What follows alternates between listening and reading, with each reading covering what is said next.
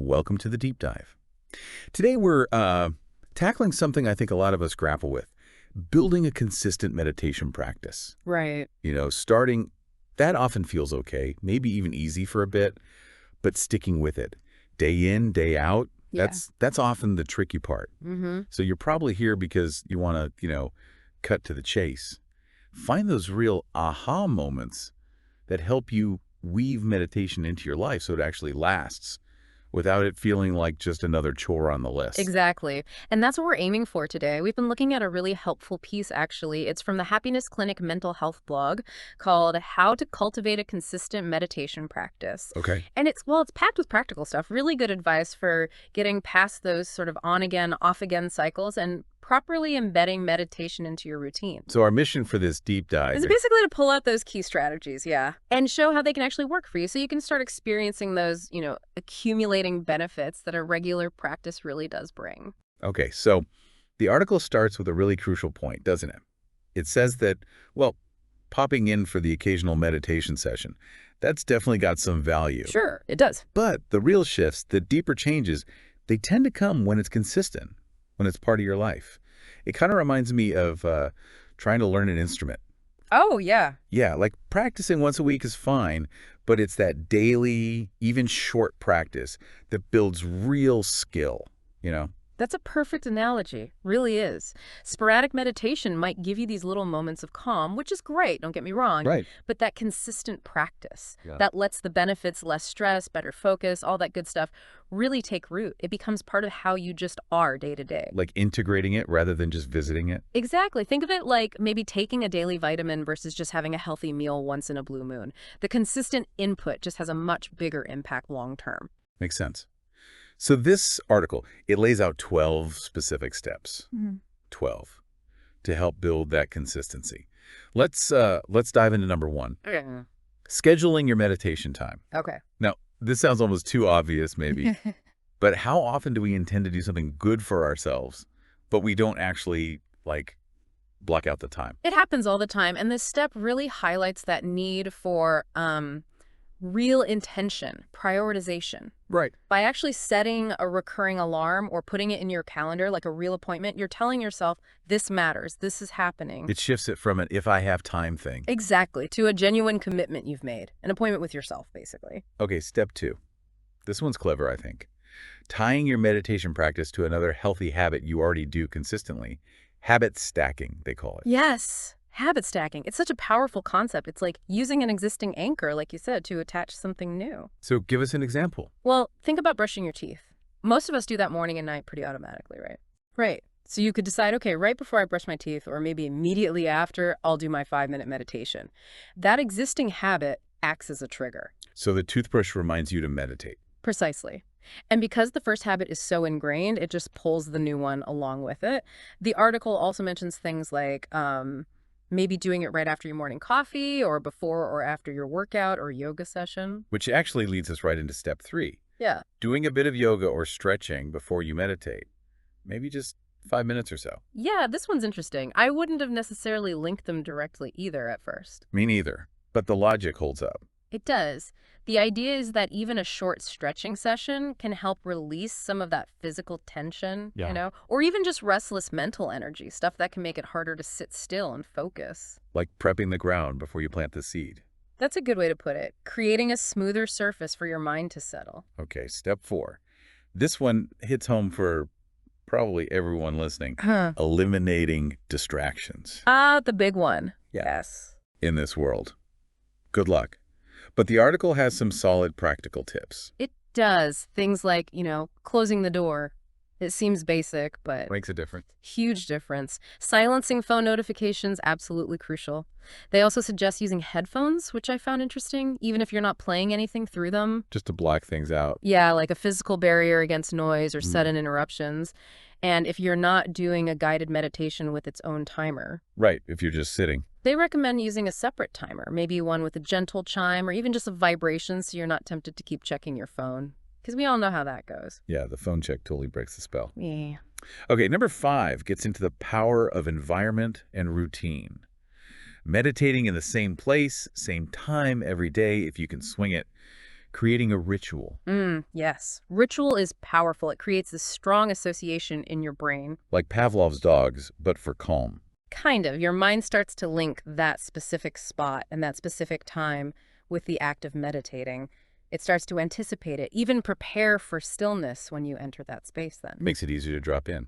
Definitely. The article even suggests personalizing that spot, Mm. maybe a specific cushion, a little table with something meaningful on it, calming picture, whatever, reinforces that feeling of a dedicated space. I like that. Okay, step 6 is a really important reminder, especially for beginners. Keep it simple. Don't get overwhelmed. Oh, absolutely critical. There are so many meditation techniques out there, right? It can feel like you need a PhD just to get started. Right, like which mantra, which visualization. Exactly. But the article really emphasizes that the core, the essence, is just about being present, cultivating awareness. Often just focusing on your breath is plenty. So don't feel like you need some complex system right away. Not at all. Just 5, 10, maybe 20 minutes focusing on diaphragmatic breathing, that deep belly breathing that's fundamental and incredibly effective. It can be your whole practice, honestly. Good to hear. Number 7 is the pep talk we all need for any new habit. Be patient and don't give up. Patience. Not always our strong suit in this instant gratification world, is it? Definitely not. We want results yesterday. But meditation benefits, they often unfold subtly, gradually. It's not usually a lightning bolt moment, though sometimes it can be. The article wisely suggests giving it a real shot, like at least 3 months of consistent practice before you evaluate. 12 months, okay? Yeah, give the habit time to form and the benefits time to actually surface and be noticed. Patience with the process is key. All right. Step 8 is quite practical. Tracking your progress. Sounds simple, right? But effective. Yeah, like just putting an X on the calendar for every day you meditate. Exactly that. There's something weirdly motivating about seeing that chain build up. It gives you this tangible proof of your effort. And you don't want to break the chain. Precisely, especially on those days when motivation might be, a bit low. Yeah? Seeing your progress can give you that little nudge you need. Okay. Now, step 9 introduces a really fascinating concept, something I hadn't explicitly linked to meditation before. Avoiding hedonic adaptation. Ah, yes, hedonic adaptation. Can you unpack that a bit? What does it mean here? Sure. So think about something you really enjoy. Maybe it's your favorite food or listening to a new album you love. Okay. The first few times, it's amazing, right? Really exciting, lots of pleasure. But if you eat that same food every single day or listen to that album constantly, Kind of loses its sparkle. exactly, that's hedonic adaptation. Our brains get used to things, even really good things, and the positive feeling can diminish. We start to take it for granted. And that can happen with meditation too. The initial calm or focus might fade. It can, yeah, if you Yeah. fall into a rut and just go through the motions without being mindful about the practice itself. Okay, that's slightly worrying, but it makes sense. So how do we fight that? How do we keep the practice feeling valuable? The article offers 2 main strategies here. First one is cultivate savoring and gratitude. Savoring and gratitude. Tell me more. It means actively paying attention during your meditation. Really noticing the feeling of your breath, appreciating the quiet, acknowledging the simple fact that you showed up for yourself. Basically, consciously valuing the experience each time instead of letting it become just another routine task. Being grateful for the practice itself. So bringing mindfulness to the act of meditating, not just during it. You got it. And the second strategy Yes. is to keep it interesting. Mix things up a bit. Ah, okay.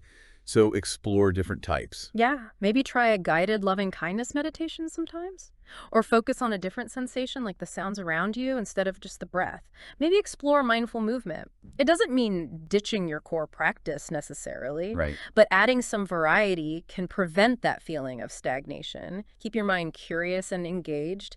This whole hedonic adaptation thing, it applies everywhere, doesn't it? Yeah, relationships, hobbies. Work, yeah. Yeah, Just being aware of it helps you fight it everywhere. good point. Okay, step 10 is a lovely one. Be authentic to yourself. Mm-hmm. So important.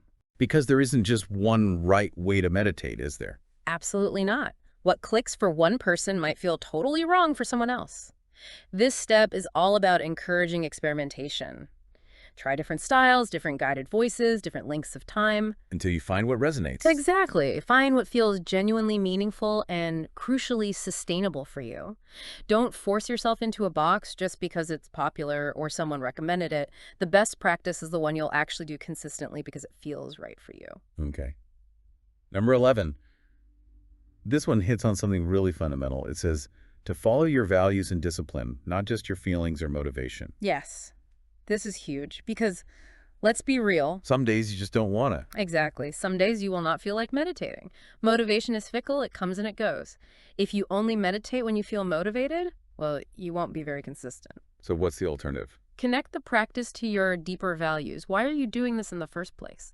Maybe you value calmness or mental clarity or self-compassion or simply better health. Tapping into the why. Right. Remembering that deeper why provides the fuel for discipline. Discipline gets you to the cushion even when motivation has temporarily checked out. It's about aligning the action with what truly matters to you. Values over fleeting feelings. I like that. Okay, and the final step, number 12, kind of ties a bow on the practical side. Write an implementation intention. Yeah, this makes it super concrete. So it's not just I'll meditate more, it's getting really specific. Ultra specific. An implementation intention is basically a plan. I will behavior, e.g., meditate for 10 minutes at time, Fiji, 7.0 a.m. in place, e.g., my living room armchair after CUE, I finish my first cup of coffee. Wow, okay. That detailed. That detail. Research shows this level of specificity dramatically increases the odds you'll actually follow through. Your brain knows exactly what to do when and where. No ambiguity. The article even mentions a template they offer to help structure this. That's really useful. So, okay, we've got through all 12 steps. Looking back at them all, what's the core takeaway here for someone listening wanting to make this stick? I think what really shines through is that building consistency isn't about gritting your teeth and forcing it through sheer willpower alone. It's smarter than that. It's about strategy. It's about being strategic, yeah, and thoughtful. It's about planning your practice, like scheduling it. It's about integrating it cleverly, like habit stacking. And it's about adapting, keeping it fresh, being patient. So it's like building scaffolding around the habit. That's a great way to put it. You're creating this supportive framework, routines, intentions, environments that makes showing up feel less like a chore and more like a natural rhythm of your day. Yeah, it feels much more manageable when you break Yeah. it down like that. It's not about becoming this perfect, serene meditator overnight. Not at all. It's about those small, consistent, intentional steps that build on each other day by day. And accepting there will be ups and downs. Absolutely. Some days will feel easy, flowy. Other days will be a struggle. That's normal. These strategies are like a toolkit to help you navigate all of that and just keep going. This has been really, really insightful. It takes it way beyond just, yeah, you should meditate more, and gives actual handles, things you can grab onto. Agreed. And understanding the why behind some of these things, like the habit stacking logic or the hedonic adaptation trap, empowers you to build something that really lasts and truly benefits you. So, wrapping this up then, the main message seems clear. Consistency is where the real magic of meditation unfolds over time. Those accumulating benefits are real. And these 12 steps we've discussed, drawn from that Happiness Clinic article, offer a fantastic, practical roadmap to actually build that consistency. Yeah, it's about moving from just wanting to meditate consistently to actually doing it, using these smart, accessible strategies as your guide. Right. And with that, here's a final thought for you, our listener, to maybe mull over. Considering everything we've just talked about, what's one small, concrete step you could take, maybe even today, to cultivate a bit more consistent presence in your life? Yeah, what's one thing? It could definitely be about meditation, scheduling that time maybe, identifying a habit to stack it with, or perhaps it's applying one of these ideas, like savoring or setting an intention, to another mindful practice you value. Just think, what's one strategy that resonated and how could you put it into action, even in a tiny way, starting now? Thanks for taking this deep dive with us.